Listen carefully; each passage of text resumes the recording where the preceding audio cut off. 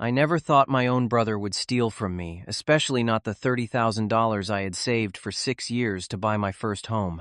I had trusted Alan with my bank account password when I was hospitalized with severe pneumonia. What broke my heart even more was my parents' reaction when they found out. Instead of standing up for me, they defended him. The shock of discovering why Alan took my money and my family's attitude left me questioning everything I thought I knew about them. Before I share this painful story, let me know where you're watching from and hit that like and subscribe button to support others going through similar family betrayals. Growing up as the younger brother in our family wasn't always easy. At 28 years old, I had finally established myself as a software engineer after years of hard work and determination. My brother Alan, 4 years older than me at 32, had always been the golden child in our parents' eyes. He worked in finance until the pandemic hit and he lost his job. Despite the constant comparisons throughout my childhood, I still looked up to Alan. He was smart, charismatic, and seemed to have everything figured out. Our parents, Frank and Lisa, were middle-class folks who had always placed enormous expectations on Alan from a young age. They saw him as the one who would bring prestige to our family name. I was often treated as an afterthought with comments like, "Try to be more like your brother or Alan would have done better at this." Despite this imbalance, I maintained a close relationship with my brother, believing blood was thicker than water. After graduating college, I landed my first job at a tech company in the city. The salary wasn't amazing, but it was enough for me to start saving for my own place. I made a decision right then that I would purchase my own home before I turned 30. This wasn't just about having property. It was about gaining independence and creating a space where I wasn't constantly living in Alan's shadow. For 6 long years, I lived frugally. While my friends traveled abroad and enjoyed luxuries, I shared an apartment with 2 roommates. I packed lunches instead of eating out, drove an old car that constantly needed repairs, and picked up freelance projects on weekends. Every extra dollar went straight into my savings account. By early this year, I had managed to save $30,000 for a down payment. It might not sound like much in today's housing market, but in our area, it was enough for a modest starter home. I found a small 2-bedroom house just outside the city limits, made an offer, and it was accepted. I had never felt prouder than when I signed that initial contract and paid the earnest money. For once, I was ahead of Alan in something significant. I remember calling my parents to share the news. Dad seemed distracted, but Mom congratulated me, though she quickly changed the subject to how Alan was interviewing for a promising position at a prestigious firm. Still, I was too excited about my accomplishment to let it bother me. When I told Alan about buying the house, he seemed genuinely happy for me. We went out for drinks and he toasted to my success. Looking back, I should have noticed how he kept asking detailed questions about my finances, but I was too caught up in the moment to recognize the red flags. 2 weeks before I was scheduled to close on the house, disaster struck. I developed a severe case of pneumonia that landed me in the hospital. The infection was aggressive, requiring intravenous antibiotics and constant monitoring. During this time, several bills came due, including my portion of the rent, utilities, car payment, and some medical expenses not covered by insurance. Unable to leave the hospital to handle these matters, I made what would become the worst decision of my life. I shared my online banking password with Alan, asking him to make the necessary payments for me. I trusted him completely. Why wouldn't I? He was the person who had taught me to ride a bike, who had defended me against neighborhood bullies, and who had patiently taught me to drive. The thought that he would betray me never crossed my mind.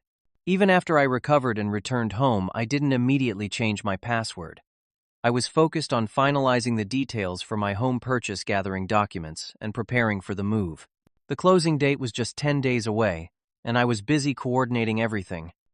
My first hint that something was wrong came in the form of a letter from my bank about unusual account activity. At first, I tossed it aside, assuming it was just standard communication. I was busy packing boxes and coordinating with the moving company. The house closing was scheduled for the end of the week, and my mind was occupied with 1,000 details. Then came the phone call that changed everything. "Mr. Williams, this is Sandra from First National Bank. We're trying to verify some recent large withdrawals from your account." I laughed, thinking it was a mistake. What withdrawals I haven't made any large withdrawals. There was an uncomfortable pause on the line. Sir, according to our records, there's been a series of withdrawals over the past 10 days, totaling nearly $30,000. Your account balance is currently $117. My heart dropped to my stomach. There must be some mistake, I insisted, my voice trembling. Let me check my account right now. I logged into my banking app while still on the phone with the representative. As the balance loaded, I felt physically sick. She was right. My savings account, which had held my house down payment just days ago, was nearly empty. I scrolled through the transaction history with shaking hands, finding 5 separate large withdrawals all made at different ATMs across the city. The bank representative continued talking about fraud protection and filing a claim, but my mind had already jumped to the only person who had access to my account. Alan. I ended the call with the bank and immediately tried calling Alan. No answer. I tried again and again, leaving increasingly desperate voicemails. I sent text messages asking him to call me urgently. Nothing. The silence was deafening and damning. In a panic, I drove to his apartment across town, pressing the accelerator harder than I should have, running a yellow light that was probably more red than yellow. When I arrived, I banged on his door until a neighbor threatened to call security. Just as I was about to leave, Alan pulled into the parking lot driving a brand new car I hadn't seen before. My stomach churned at the sight. As he approached, I noticed he was carrying shopping bags from high-end stores. "Hey, little brother," he said casually, as if nothing was wrong. "What brings you here?" The air between us crackled with tension as I followed him into his apartment. Inside, I noticed new furniture, a massive television, and expensive electronics still in their boxes. The evidence of his betrayal surrounded me. "Where is my money, Alan?" I asked, my voice surprisingly steady despite the rage building inside me. He played dumb, at first raising his eyebrows in feigned confusion. "What money?" "The $30,000 you took from my account. The money for my house. The money I spent 6 years saving," I said, my voice rising with each word. Alan's facade cracked slightly. He put down his shopping bags and sighed. "Look, I needed it more than you did. I couldn't believe what I was hearing. You needed my money for what?" "New clothes. A fancy car." He had the audacity to look annoyed, as if I was the one being unreasonable. "You don't understand, Jake. I had debts. Serious debts. What kind of debts justify stealing your brother's life savings after some pushing the truth finally emerged?" Alan had developed a gambling problem during his unemployment. He had lost thousands in online poker and sports betting. Then he tried to recover his losses by investing in various cryptocurrencies, only to lose even more when the market crashed. He was in debt to people who weren't the forgiving type. "I deserve that money more than you," he said, his voice cold and dismissive. "You're young. You can save up again. I needed it to save my life." My body felt numb as the full weight of his betrayal sank in. This wasn't just about the money. It was about trust. It was about family. It was about 6 years of sacrifice gone in an instant. "You need to give it back," I said firmly. "All of it. Now." Alan laughed. "It's gone, Jake. Spent. And even if I had it, I wouldn't give it back. You should be thanking me.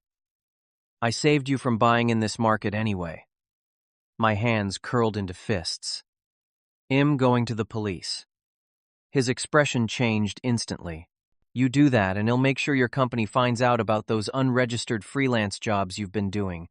Isn't that against your employment contract?" I felt the blood drain from my face. How did he know about that? Then it hit me. He had access to my emails through my banking portal. As our argument escalated, I discovered something even more disturbing. Alan hadn't just taken my savings. He had used my identity to take out several loans. He had copies of my driver's license and social security card from when he helped me with tax paperwork years ago. The implications were staggering. Not only would I lose my earnest money on the house, but my credit score would be destroyed. Years of careful financial planning were unraveling before my eyes. I tried reasoning with the real estate agent and mortgage lender, explaining the situation and begging for more time. Their sympathy didn't extend to holding the house for me or refunding my earnest money. The contract was clear. Desperate and heartbroken, I decided to bring the matter to our parents. Surely they would help make this right. Alan had always been their favorite, but this was theft. Plain and simple. They would have to see reason and help me get justice. The next day I drove to our parents' suburban home, rehearsing what I would say. I needed their support not just emotionally, but practically. Perhaps they could lend me money to salvage the house purchase or pressure Alan into making amends. Mom opened the door, her face lighting up at the sight of me.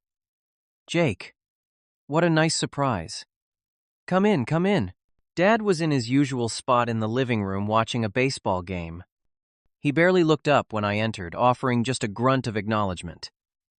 I sat down at the kitchen table, declining Mom's offer of food. My stomach was in knots. How do you tell your parents that their favorite son is a thief? Mom, Dad, I need to talk to you about something serious. I began, my voice already shaking. It's about Alan. That got Dad's attention. He muted the TV and joined us at the table, a look of concern on his face. What about him? Is he okay? No, he's not okay, I said. And neither am I.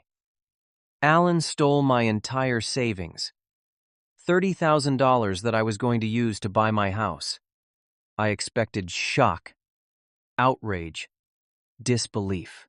What I got instead was silence and an odd exchange of glances between my parents. After what felt like an eternity, Dad cleared his throat. Jake, I think you're making too much of this. Family helps family. I stared at him, incredulous. This isn't helping, Dad. It's stealing. He took everything I had without asking. Mom reached over and patted my hand in a gesture that suddenly felt condescending rather than comforting. Honey, Alan is going through a difficult time. He needs our support right now. Their reactions were so far from what I had expected that I wondered if I had entered some alternate reality. So, you already knew he took my money. Mom looked away, guilt written across her face. Dad straightened up, going into the defensive posture I had seen countless times when he was about to justify something unjustifiable. We didn't know the specifics, Dad said. But Alan came to us a few weeks ago. Has some trouble, Jake. Serious trouble. He owes money to people you don't want to be indebted to. So that makes it okay for him to steal from me. I asked, my voice rising despite my attempt to stay calm. Mom sighed. We actually helped him transfer some of the money. He didn't know how to do the larger amounts without triggering alerts. The revelation hit me like a physical blow. My parents hadn't just known about the theft. They had actively participated in it. The betrayal was complete. As my shock gave way to anger, more painful truths emerged. This wasn't the first time Alan had received special treatment at my expense. Years ago, when I was preparing for college, my parents had used a significant portion of my college fund to bail Alan out of gambling debts. They had told me the money had been lost in a bad investment. I had taken out student loans as a result, loans I was still paying off. He just needs one more chance. Mom pleaded. Alan is capable of great things. He just needs to get back on his feet. And what about me? What about my future? I asked, tears of frustration stinging my eyes. You've always been the responsible one, Jake, Dad said, as if that explained everything. You'll be fine. You can always save up again. Alan doesn't have that luxury.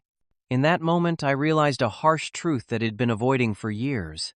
In my parents' eyes, I was the reliable backup plan, the child who would always manage, while Alan was the one who deserved special treatment and endless chances. As our argument intensified, I demanded justice while my parents accused me of being selfish and lacking understanding. The family I thought I knew was revealing its true colors, and they were uglier than I could have imagined. The confrontation reached its peak when Alan himself walked through the front door. He showed no remorse, no shame. Instead, he looked annoyed to find me there. What's going on? He asked, though his tone suggested he knew exactly what was happening. Jake knows about the money, Mom said softly. Alan shrugged, the gesture so dismissive of my pain that I had to clench my fists to keep from shoving him. So what? You can make more money, Jake. I can't rebuild my life as easily as you can. People were going to break my legs, man. That doesn't give you the right to steal from me, I shouted. Our parents stepped between us, physically and metaphorically, taking Alan's side. They proposed what they called a family solution. I could move back home and live rent-free while I saved up again. All I had to do was drop the matter entirely and not involve the police. The offer was so insulting that I nearly laughed. They expected me to abandon my independence, move back under their roof where Alan was the golden child, and pretend that the theft of my future had never happened. In that moment, I saw with perfect clarity what I meant to them. Not a son deserving of the same respect and support as his brother, but a resource to be tapped when the favorite child was in need. I left the house that day with my heart in pieces, cutting contact with the people who were supposed to love me unconditionally, but had proven their love came with very specific conditions. In the aftermath of that devastating family confrontation, I found myself alone in my apartment, surrounded by half-packed boxes for a move that would no longer happen. I had lost not only my savings and my future home, but also my faith in my family. The weight of this triple loss felt crushing. However, I refused to be a victim forever. The next morning, I began researching my legal options. I contacted a lawyer who specialized in identity theft and financial fraud. He explained that even though Alan was my brother and had been given access to my accounts temporarily, his actions still constituted theft and identity fraud. I needed proof. Using the lawyer's advice, I set up a meeting with Alan under the pretense of working things out between us. I brought my friend Thomas along, keeping him in the car as a witness and for safety.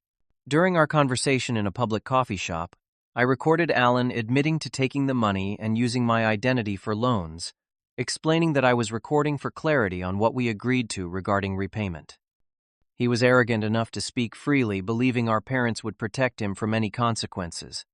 The hardest decision I ever made was pressing charges against my own brother, but it was necessary. When the police contacted my parents as part of their investigation, the pressure began.